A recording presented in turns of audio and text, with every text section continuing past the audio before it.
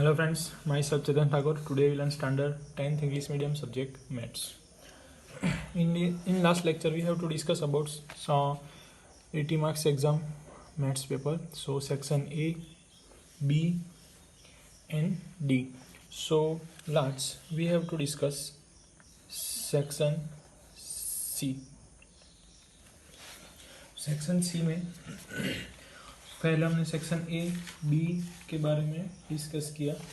Section A जो थे आपका वो 16 मार्क्स का था. सेक्शन बी 20 मार्क्स के लिए प्रिपेयर किया हमने. अब सेक्शन डी था वो फिर से 20 मार्क्स के लिए किया. अब सेक्शन सी है वो 24 मार्क्स के लिए आपको प्रिपेयर करना है. Each questions for 3 marks. So each questions 3 marks आएगा आपके एग्ज़ाम के लिए. यानी कि टोटल आपको 8 क्वेश्चंस प्रिपेयर करने होंगे.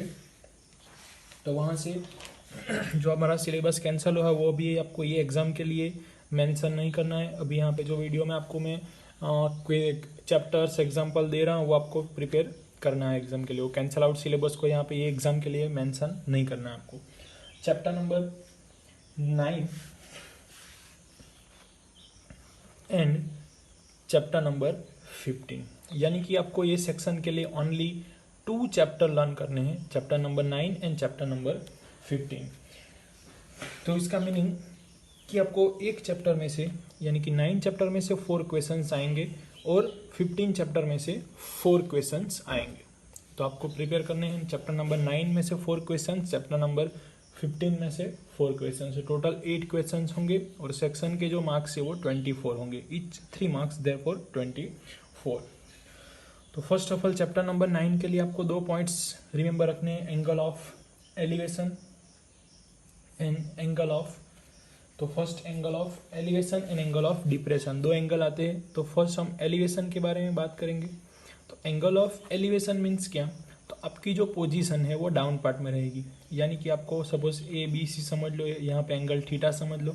तो ये एंगल की अपोजिट साइड हुई, ये एंगल की एडजेसेंट साइड हुई और ये आपके लिए हुआ हाइपोथेनस. तो एंगल के opposite side, adjacent side and hypotenuse. ये ट्राइंगल की बात हुई है, 90 डिग्री हुई. तो जब भी आपको ये चैप्टर नंबर 9 में क्वेश्चंस देखने को मिलेंगे तो आपको 2 वर्ड्स देखने हैं, एंगल ऑफ एलिवेशन है या एंगल ऑफ डिप्रेशन है. हम यहाँ पे एंगल ऑफ एलिवेशन की बात करते हैं. तो एंगल ऑफ एलिवेशन यानी कि आपकी जो ऑब्जर्वेशन की पोजीशन होगी वो डाउन पार्ट में होगी और जो ऑब्जेक्ट होगा वो अप पार्ट में होगा. यानी कि आपकी पोजीशन डाउन पार्ट में रहेगी ऑब्जर्वेशन की, और जो ऑब्जेक्ट होगा, आप जो भी चीज़ को देख रहे होंगे वो आपसे अबोव हाइट पे होगी. जैसे कि आप चेयर पे बैठे हो और फैन को देख रहे हो, या तो फिर स्काई में एरोप्लेन पास हो रहा है तो आपकी पोजीशन डाउन पार्ट में है. आप एरोप्लेन को देख रहे हो, स्काई को देख रहे हो, या तो फिर any tree any height object को आप देख रहे हो. तो यहाँ पे आपको एंगल ऑफ एलिवेशन क्रिएट होगा. कौन सी चीज़ में एंगल ऑफ एलिवेशन होगा? तो आप जो भी चीज़ को देख रहे होंगे, ये जो रे है उसको बोलेंगे हम रे ऑफ विजन. यानी कि आप जो देख रहे हो वो रे. एंड एक जो है वो आपका horizontal line on the earth, यानी कि आपकी आईज से जो अर्थ के पैरेलल हॉरिजॉन्टल लाइन पास होती है, ये लाइन और आपका रे ऑफ विजन दोनों के बीच में, यानी कि दोनों जहाँ पे मिलते हैं वहाँ पे एक एंगल का क्रिएशन करते हैं और वही एंगल को हम बोलते हैं एंगल ऑफ एलिवेशन. ये बात हुई एंगल ऑफ एलिवेशंस की. अब बात करते हैं एंगल ऑफ डिप्रेशन. तो एंगल ऑफ डिप्रेशन में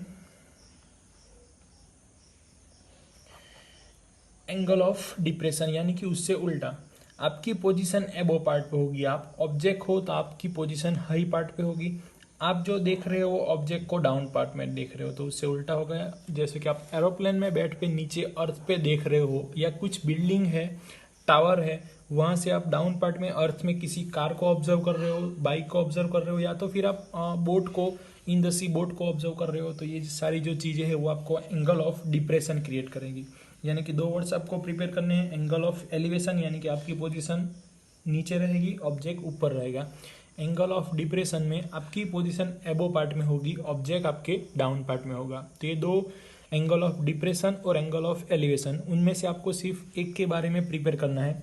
जो एक का आंसर आता है उसका आप उल्टा कर दोगे तो दूसरा आपको ऑटोमेटिकली रिमेंबर रह जाएगा। तो आपको एंगल ऑफ एलिवेशन रिमेंबर रखना है। एंगल ऑफ एलिवेशन यानी कि आपकी पोजीशन डाउन पार्ट में है, ऑब्जेक्ट एबो पार्ट में है, तो उससे उल्टा आप एबो पार्ट में हो, ऑब्जेक्ट की पोजीशन डाउन पार्ट में हो, तो एंगल ऑफ डिप्रेशन वो ऑटोमेटिकली क्रिएट हो जाता है। तो जब भी एंगल ऑफ डिप्रेशन होगा तो आपको ये जेड शेप रिमेंबर रखना है, क्योंकि आपका अब ये हो गया हॉरिजॉन्टल लाइन, आपकी आईज से जो पास होती है हॉरिजॉन्टल लाइन वो, और ये हो गया आपका रे ऑफ विजन्स, और दोनों के बीच में एंगल मिलता है वो थीटा मिलता है। तो ये आपका जेड शेप यानी कि अल्टरनेट एंगल। तो फर्स्ट ऑफ ऑल आपका क्वेश्चंस की स्टार्टिंग होगी अल्टरनेट एंगल से। जब भी एंगल ऑफ डिप्रेशन लिखा होगा तो आपको जेड शेप यानी कि अल्टरनेट एंगल की थियोरी इंक्लूड करनी है, और वो एंगल लिखना ही है। ये एंगल और ये एंगल दोनों सेम होंगे क्योंकि दोनों पैरेलल लाइन के बीच में है, ये उसकी ट्रांसवर्सल है, तो अल्टरनेट एंगल क्रिएट होंगे और अल्टरनेट एंगल की वैल्यू सेम आती है। तो इतना बात कंप्लीट हुआ। उसके बाद अगर आपको कुछ क्वेश्चंस में क्या पूछ सकते हैं, तो जैसे कि यहाँ पे एक टावर है, उसका शैडो क्रिएट हो रहा है, जैसे कि यहाँ पे शैडो उसका क्रिएट हो रहा है, तो आपका इस तरह से क्रिएट होगा। तो जहाँ से शैडो उसका क्रिएट हो रहा है, ये डिस्टेंस सपोज आपको दिया जाता है 30 मीटर्स। हाइट ऑफ टावर आपको फाइंड करने को बोलते हैं, ये एंगल आपको मिलता है 30 डिग्री, तो आप इजीली फाइंड कर सकते हो। तो ये चैप्टर में जनरली आपको सिर्फ इतना करना है कि किसी भी दो वैल्यू आपको दी जाती है, दो साइड की वैल्यू दी जाएगी या तो फिर एक एंगल और एक साइड की वैल्यू दी जाएगी। तो आपको अगर हाइपोथेनस की रिक्वायरमेंट हो तो हाइपोथेनस फाइंड करनी है, अगर कुछ ऑब्जेक्ट की हाइट होगी तो वो आपको हाइट फाइंड करनी है। तो ये आपको पूछ सकते हैं। तो ये चैप्टर नंबर 9 में से आपको 4 क्वेश्चंस आएंगे, यानी कि और सभी जो क्वेश्चंस है वो कहीं से भी आ सकते हैं, जैसे कि एग्जाम्पल्स है या तो फिर चैप्टर में है। तो इतने ही क्वेश्चंस आपको करने हैं। तो चैप्टर नंबर 9 में जितने भी क्वेश्चंस है वो आपको सॉल्व करने हैं सभी, और उनमें से आपको 4 क्वेश्चंस आएंगे। तो उसमें angle of elevation, angle of depression, ऐसे टॉपिक आपको जनरली करने हैं। तो क्वेश्चंस में आपको बताता हूँ। The shadow of tower standing on a level ground is found to be 40 metres longer when the sun altitude is 30 metre, यानी कि सन का जो एल्टीट्यूड क्रिएट होगा वो 30 डिग्री का आपको दिया गया है, 40 मीटर की फाइंड है। So find the height of tower, यानी कि 30 डिग्री एंड 60 डिग्री ऐसा आपको कहा गया है, यानी कि दो आपको मेंशन किया गया है। तो जब भी आप डिग्री लिखते हो तो आपको एक बात ध्यान में रखनी है कि ये जो आपका एंगल है यहाँ से वो 90 डिग्री है।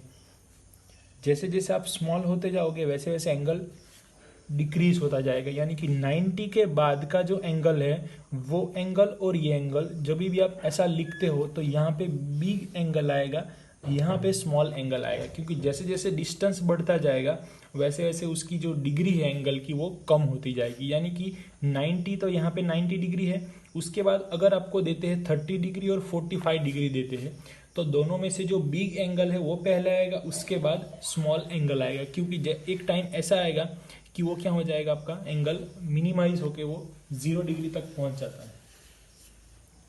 तो जैसे जैसे डिस्टेंस ट्रैवल करेंगे वैसे वैसे आपका एंगल स्मॉल होता जाएगा। तो अगर आपको दो एंगल क्वेश्चंस में देते हैं तो 90 के बाद पहले बिग एंगल आएगा, उसके बाद स्मॉल एंगल यहाँ पे आ सकता है। तो ये बातें आपको ध्यान में रखनी है। दूसरा एक क्वेश्चन मैं आपको बता देता हूँ, जैसे कि 1.5 metre tall boy standing on a some distance from 30 metre tall building, यानी कि ये आपका एक बिल्डिंग है, उसमें आपको दिया गया है कि जो टॉय की हाइट, बॉय की हाइट है वो 1.5 मीटर है। तो ये क्वेश्चन डिफरेंट है क्योंकि बिल्डिंग की हाइट डिफरेंट है और इतनी जो हाइट है वो बॉय की हाइट इंक्लूड होगी। बिल्डिंग की हाइट आपको दी गई है 30 मीटर्स, तो उस तरह से ही करना है आपको। Then the angle of elevation from this eyes to top of the building increase from 30 to 60 degree. तो सिंपल है, पहले 30 डिग्री होगा उसके बाद 60 डिग्री होगा, यानी कि यहाँ पे 60 डिग्री आएगा, यहाँ पे 30 डिग्री आएगा, 30 से 60 इंक्रीज हुआ। He walked towards the building. Find the distance he walked towards the building. कितना डिस्टेंस वो कवर किया बिल्डिंग की फॉर्म में, यानी कि इन दोनों के बीच का डिस्टेंस कितना है ऐसा आपको पूछा गया है। तो जब भी ऐसे क्वेश्चंस आते हैं तो आपको दो ट्राइंगल ढूंढने हैं। दो ट्राइंगल यानी कि ये फर्स्ट ट्राइंगल आपका जो 30 डिग्री का था वो ट्राइंगल फर्स्ट हुआ आपका, दूसरी बार ये 60 डिग्री का है, वो सेकंड ट्राइंगल्स हुआ। तो इस तरीके से आप 2 ट्राइंगल लेके फिर आप पूरा जो सॉल्यूशन है वो तो हमने वीडियो में कंप्लीट करा ही है, आपके नोटबुक में भी है, तो वहाँ से आप लर्न कर सकते हो। ये सिर्फ रिवीजन का पार्ट है, यानी कि आपको सिर्फ यहाँ पे हिंट मिलेगी या इस टाइप के क्वेश्चंस आ सकते हैं, ऐसा कि आपको अगर सिचुएशन होगी तो ये आपको बातें ध्यान में रखनी है, ऐसा इन्फॉर्मेशन ये रिवीजन के वीडियो में आपको मिलेगी।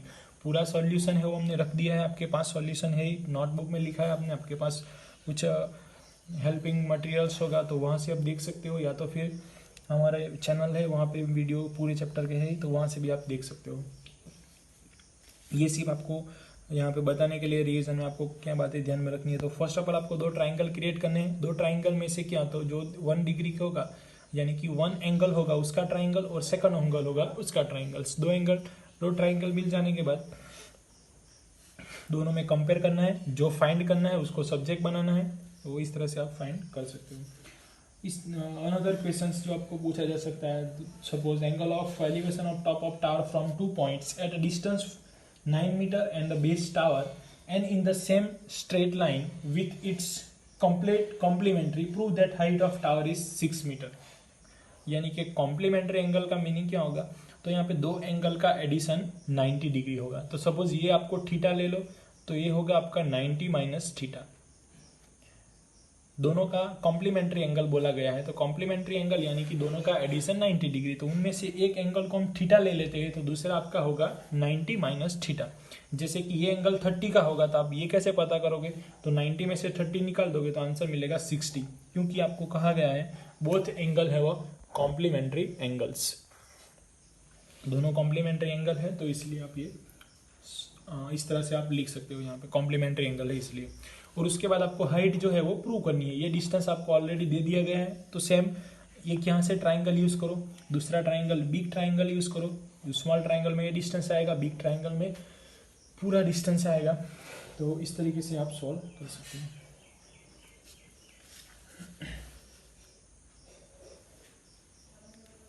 अब चैप्टर नंबर 15 में, तो चैप्टर नंबर 15 का जो प्रोबेबिलिटी का चैप्टर है, उन बोर्ड के एग्जाम में भी आपको ये 3 मार्क्स में क्वेश्चंस आ सकते हैं, तो प्रिपेयर करने हैं इसलिए।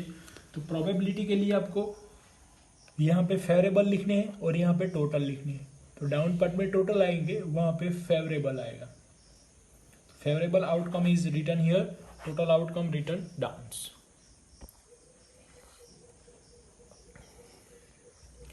तो फर्स्ट सफल तो डाइस के सम आ सकते हैं। डाइस में टोटल 1 टाइम अगर टॉस करेंगे तो आपको इतनी प्रोबेबिलिटी मिलने वाली है, 1 2 3 4 5 6। अब ये नंबर के साथ ही आपको डाइस में आंसर लिखने हैं, तो उसके बारे में देख लेते हैं। तो उसमें इवन नंबर कितने हैं, तो इवन नंबर 1 3 एंड 5।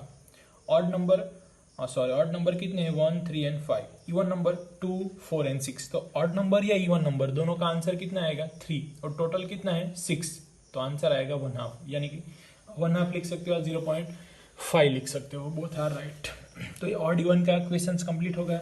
अब आपको पूछेंगे कि number greater than 4, number greater than 4 यानी कि 4 से ज्यादा, तो 4 से ज्यादा कितने नंबर है, 5 and 6।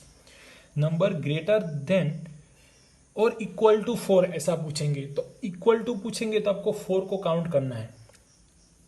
Only greater than words आएगा तो उसके बाद जो आने वाले हैं वो काउंट करने हैं। ग्रेटर देन और इक्वल बोलना हो तो आपको वो नंबर भी देने हैं। तो 1 2 3 4 5 6 इस तरह से हुआ, ग्रेटर देन 4। उसके बाद गेटिंग लेस देन और इक्वल टू 4, लेस देन और इक्वल टू 4 ऐसा पूछेंगे तो जब भी आपको ये वर्ड्स देखना है, इक्वल पूछा गया हो तो जो नंबर की बात की गई हो वो नंबर काउंट करना है। ओनली पूछा गया हो लेस देन 4, तो लेस देन 4 यानी कि 4 को काउंट नहीं करना है, तो अब कितने नंबर है, 3। बट लेस देन और इक्वल टू 4 यानी कि 3 तो आएंगे प्लस ये 4 भी काउंट होगा। तो ये बातें आपको ये चैप्टर में ध्यान में रखनी है। किसी भी डाइस के सम में लेस देन और इक्वल टू बोला गया तो वो नंबर को काउंट करना है। ओनली लेस देन लिखा हो, ग्रेटर देन लिखा हो तो वो नंबर को काउंट नहीं करना है। ये बातें हुई। उसके बाद प्राइम नंबर की बात करते हैं। तो प्राइम नंबर एक तो 2 प्राइम नंबर है फर्स्ट, उसके बाद 3 से स्टार्ट होगा एंड देन 5। तो 2 3 एंड 5 ये तीनों प्राइम नंबर हैं। तो ये तीनों प्राइम नंबर है। अब 2 एक ऐसा नंबर है जो इवन है प्लस प्राइम नंबर है। एक ही 2 ऐसा नंबर है जो इवन है और प्राइम नंबर है। तो ये बात आपको ध्यान में रखनी है। इवन प्राइम नंबर ऐसा पूछेंगे तो प्रोबेबिलिटी का आंसर आएगा 1/6, और ओनली प्राइम नंबर पूछेंगे तो 2, 3, 5 सारे काउंट होंगे, यानी कि 3/6, तो आंसर 1/2। तो ये डाइस की बात हुई। अब कार्ड की बात करते हैं तो कार्ड में टोटल 52 कार्ड्स आपको कलेक्ट करने हैं, यानी कि काउंट करने हैं। जब भी कार्ड्स की बात आती है तो आपके टोटल आउटकम फिक्स है, 52 ही आएंगे। उसके बाद अगर आपको पूछेंगे तो एस कार्ड, यानी कि टोटल कार्ड कितने आते हैं 52, उनमें से एस के कितने कार्ड आते हैं 4। बस उसमें 2 पार्ट्स में डिवाइड होते हैं। 2 रेड कलर के आते हैं और 2 ब्लैक कलर के आते हैं। 4 कार्ड आते हैं और रेड में भी फिर से 2 कलर आते हैं और ब्लैक में भी आपको 2 वेराइटीज मिलती है, 2 पार्ट्स मिलते हैं। तो क्या पूछा गया, ओनली कलर की बात की गई हो तो 2 रेड्स आते हैं और 2 ब्लैक्स आते हैं, और पर्टिकुलर रेड में तो 1-1 हो जाता है, उसके नेम है डिफरेंस। उसी तरीके से ब्लैक में होगा तो ब्लैक्स में 2 टाइप्स आती है। तो क्या पूछा गया है वो देखना है। Only probability of card an ace ऐसा पूछेंगे तो आंसर आएगा 4। रेड एस ऐसा पूछेंगे तो आंसर आएगा 2। तो ये बातें आपको ध्यान में रखनी है। उसके बाद not be edge, not be edge यानी कि एज के कार्ड नहीं हो ऐसा, तो 52 में से 4 जो कार्ड है वो एज के कार्ड है, तो बाकी रहे 48। नॉट पूछा गया हो तो 48/52, और नॉट नहीं पूछा गया हो तो 4/52। ये बात है आपको ध्यान में रखनी है। उसके बाद अगर आपको कुछ बॉल के बारे में पूछेंगे तो जैसे कि 3 बॉल्स है, 4 बॉल है, 5 बॉल व्हाइट है, ये रेड है, ब्लैक है, तो कौन सा नंबर व्हाइट का प्रोबेबिलिटी का आंसर, ब्लैक का प्रोबेबिलिटी का आंसर, ब्लैक नहीं व्हाइट नहीं हो ऐसा तो व्हाइट को निकाल देना है, बाकी सारे काउंट कर लेने हैं। तो इस तरीके से आपको ये आंसर देने हैं। अब दूसरी जो हम बात करते हैं कि ये जो कंप्लीट हो जाने के बाद लिखना कैसे है, तो फर्स्ट ऑफ ऑल आपको प्रोबेबिलिटी इवेंट लिखनी है, यानी कि जो भी क्वेश्चंस पूछा गया हो वो इवेंट में लिखो। इवेंट के बाद फेवरेबल आउटकम, टोटल आउटकम, ये 2 वर्ड्स कंपलसरी आने चाहिए। उसके बाद इक्वेशन लिखो, उसके बाद वैल्यू अप्लाई करके आपको आंसर लिखना है। तो लिखने में आपको इतनी बातें ध्यान में रखनी है। तो फ्रेंड्स 9 चैप्टर और 50 चैप्टर मोस्ट ऑफ सम की प्रैक्टिस करो अच्छी तरीके से और प्रिपेयर करो। Thank you friend.